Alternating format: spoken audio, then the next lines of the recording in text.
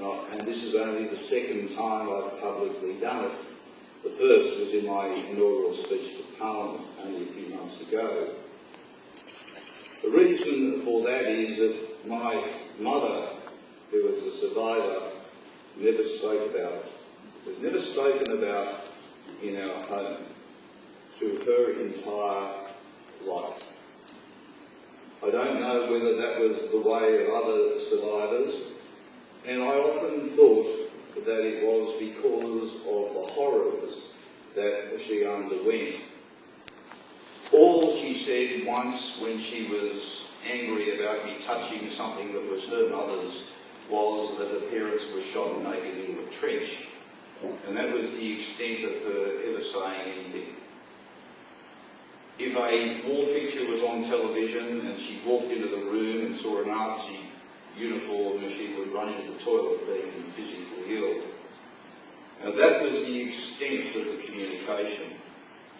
My 22-year-old son, Ben, who's with me, when he wanted to go on the March of the Living and went, when he returned, he wished to engage with his grandmother of the experiences that he gained in March of the Living, and she wouldn't engage with him either.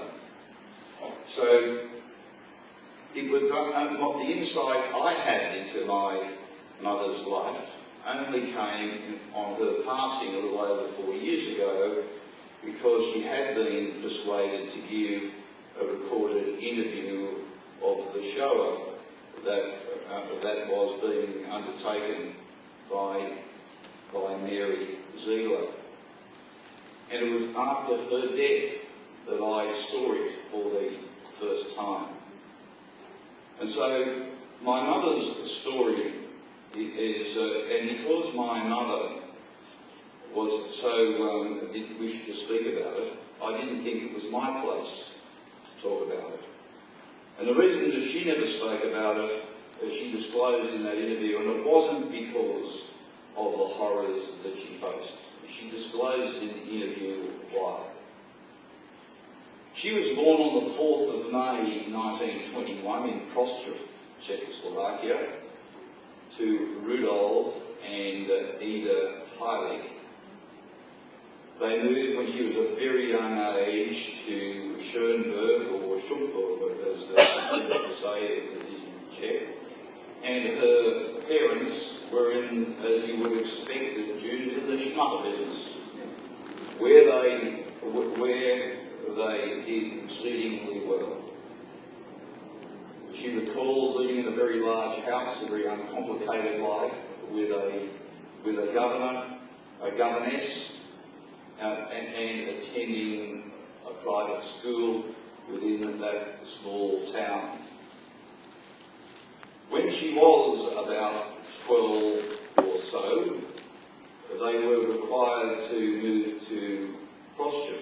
They turned to Prostějov because Schoenberg had been annexed by Germany, and her parents took a number of their assets and they moved in with her grandmother into Prostějov. There, she said, life became a little more difficult, but she was young.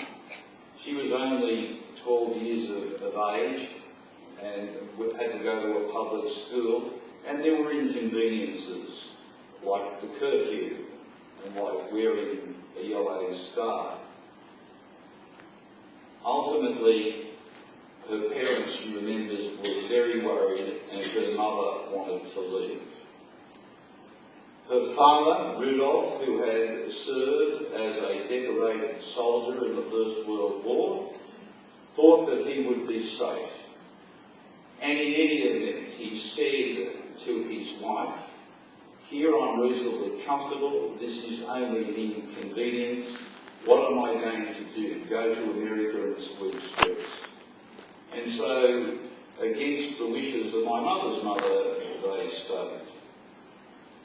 They were rounded up by the Nazis and they were taken to the local high school hall where my mother had attended. They were then transported to Rusiku in Estonia. My mother describes that they left with backpacks they were transported to Theresienstadt initially. Her mother, she remembers having tried to pack back a large metal dish. She wanted what she wanted that for until they got to Theresienstadt and she used it for washing. At Theresienstadt they were accommodated in a farmhouse of about 100 people per room where they were forced to work during the day and locked up at night. Ultimately, they were then transported by a cattle truck to Rasiku in Poland. There were other members of the family there, a cousin of hers, and she said that her uncle, Karl Heilig, who was a doctor, passed away with a heart attack, and there was a system in place that you didn't have to get transported if there was an immediate death, those in the immediate family when there was a death at that point. And so they were transported to Rasiku. Her remaining family that were in Theresienstadt went shortly thereafter to Auschwitz, where they were exterminated. When she arrived at Rasiku, they came off the cattle wagons, and outside the cattle wagons were, she remembers, blue buses, white blue buses, she remembers, and she clutched onto her mother as they were being frog marched to the blue buses, and they had to leave whatever possessions they had behind. As she was about to get onto the blue buses with her mother, a soldier took her and told her to start loading up the trucks of some of the possessions with a number of other people. That was the last time she ever saw her parents. As it turns out, that transport to Rasiku was the only transport from Theresienstadt to Rasiku, and so the Nazis kept impeccable records, and the number of people that were transported were 1,000, and the time and date of that transportation is recorded. She didn't know what happened to her parents until she was told by a priest after she was liberated and repatriated in Sweden. But her parents on the blue buses were driven over the hill into sand dunes where mass graves were dug, where they had their clothes, where they had to remove their clothes, where they had to lie naked into a trench, where they were shot to death. The next lot had to remove their clothes and lie on top of the dead, and they were shot to death. And they did so until they shot to death the 900 out of 1,000 Jews that had been transported to Rasiku. My mother was accommodated in labour camps in Estonia, and she was then moved to 4 different locations, one of which was a concentration camp. The name currently escapes me in Estonia, where she described conditions as horrific. She said the filth and the stench was terrible. The place was full of lice and hygiene was difficult. Where she suffered typhoid, where she lost 2 weeks of her life, but she survived 2 weeks of typhoid. She described somebody giving birth to a child in the camp, and the child, the baby, being drowned on birth. She said she was reasonably immune at quite a young age, and this is in the interview. It wasn't until the birth of her child, which was me, when she held me for the first time, did those visions of the child being drowned on birth come back to her. From Rasiku, she was transported to Bergen-Belsen, which was even worse. She described the bodies being stacked up like logs outside barracks. She described them 4 and 4 and 4 as they were stacked up. She described the stench. She described that they had to be forward to a bunk, how they couldn't move. She described how they were regularly just beaten with rifle butts in the head. Remembers being deaf for 2 days after being struck by a soldier for doing nothing. She recalls on one occasion being called out, and she thought her words that was it. She thought it was her turn to be executed, but she was transported to Hamburg to a munitions factory where she was working. She said that was better because they required you to work 12 hours at a go, and they actually provided you with some food. I mean, constantly hungry, but at least there you got soup in the morning and night because they needed you to work. She ended up with a job in the office for a man she remembers as Mr. Blau, who she says was quite kind to her. After being at Hamburg, she was transported back to Bergen-Belsen, where she was only a short period of time because she was told she had to return to Hamburg. She believes that Mr. Blau must have requested her because there was no real explanation for her to return so quickly. She recalls that as the train was approaching Hamburg that there were a lot of fires and the railway stations had been destroyed. And she and a number of others, not that many of them, about 40 of them, had to walk to Hamburg with guards. She described the guards being as frightened as she was. She was at Hamburg for a short period of time where she was then transported to Copenhagen. She couldn't understand what was happening as they didn't put them on cattle trucks, but they actually put them on ordinary trains. And people were throwing food at them. And she and her friend decided they wouldn't eat, and all those who were with her did eat. And ultimately, the ones that ate, because they hadn't eaten for years, got quite ill. From Hamburg, they were to Copenhagen. They were cleaning the house, and she still didn't understand what was going on. They were then placed on a ship where there were some comfortable lounges, which she still didn't understand what was going on. And the ship then went to Sweden, and at Sweden was when she was dealt with a variety of nurses and medical staff, and people took you home. And it was at that particular point in time that she became aware as to what had occurred, and lists were made available, a variety of lists were made available to survivors as to who may have survived or who didn't survive. It was in Sweden that a priest who was aware of the murders in Russell that disclosed to her from knowledge he had gained through confessionals in Estonia as to what had particularly occurred to all those people. She returned to Proschov because she had nobody. In Proschov, the only member of her extended family, her father was one of 6 siblings, with a large number of relatives. She returned to Proschov because her auntie had survived and her 2 cousins had survived. Interestingly enough, after her death, I found the family tree, and when you see the family tree, you see 2 generations of her family have just exterminated. The only people that are coming down from the family tree, of course, is my mother and my mother's auntie and her 2 cousins. She returned to Proschov. On leaving Proschov, there were 3,300 Jews.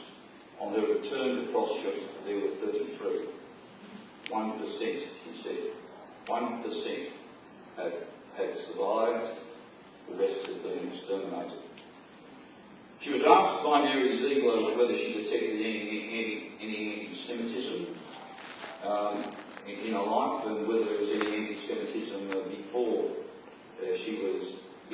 she was taken by the Nazis. And she said no, only afterwards. But when she returned to Czechoslovakia, did a number of people say to her, how did you fall through her words, the grill? She describes the Czechs as wonderful people, but she said when the Germans came, they said, Heil Hitler. And when the Russians came, she said something in Russian, they welcomed them with open arms. The Czechs are anyone, she describes them, terrible people, was what she said. Nice people, but terrible, no principle. So, it was in Prostějov that she met my father, and where she married in a civil ceremony. There were no rabbis there. The 33 Jews used to associate with each other and light up candles every Friday. Was the extent of the religious activity that left. The communists took over in Czechoslovakia and had to drive and sneak their way out. Like many of those taken by the Nazis, her mother gave a number of possessions to non-Jews to be able to be in case they returned. Some of those, her mother's possessions were given back to her. One of them was a prayer book that was actually written in Old German and was published in 1850. And it was something that my mother still had when she died, which I had at home, which is for my son, Ben.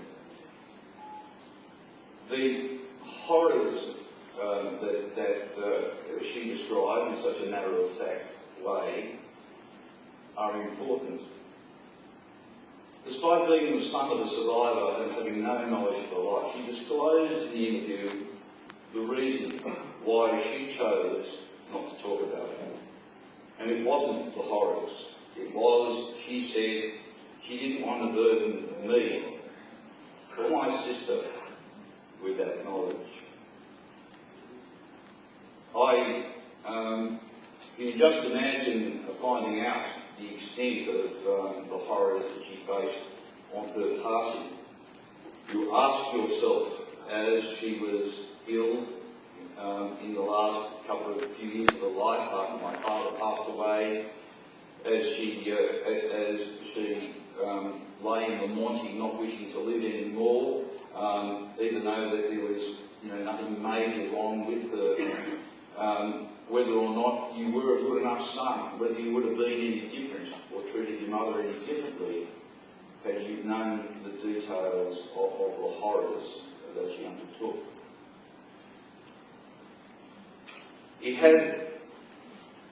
I chose, in respect of her and her memory, I chose not to speak about it after I saw the video because that was her choice, not because I always felt burdened or guilty.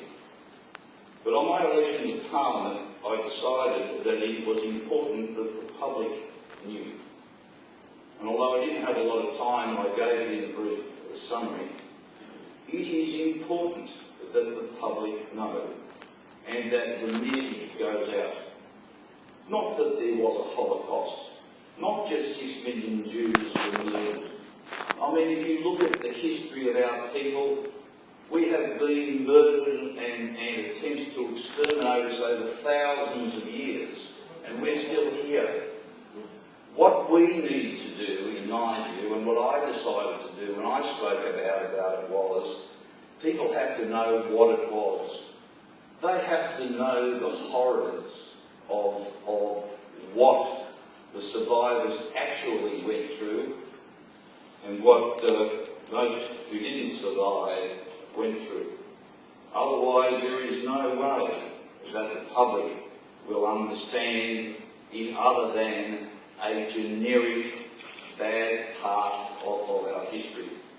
I can tell you from my very limited experience in that we tut when there's genocide taken in various southeastern Asian countries or parts of Africa. We often regrettably apply a different standard when it occurs to what we consider to be civilised people, Anglo-Saxon, Germanic people. It is important that people understand exactly Nazis did to us and our families in detail, because it is through that knowledge and it is through that understanding that the general public understand the horrors. And that is the only way, in my view, that we can ensure that it never again happens to us.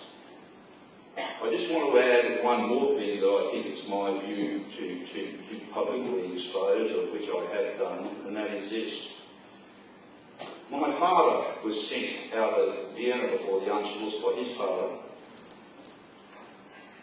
He and his twin brother arrived at Haifa in Palestine with 1,800 fellow Jews. And the British refused, they were escaping the Nazi Holocaust, and the British refused to accept the Jewish refugees. They loaded them up onto the Patria, as my father was, and the Haganah, seeking to disable the ship to stop it from leaving.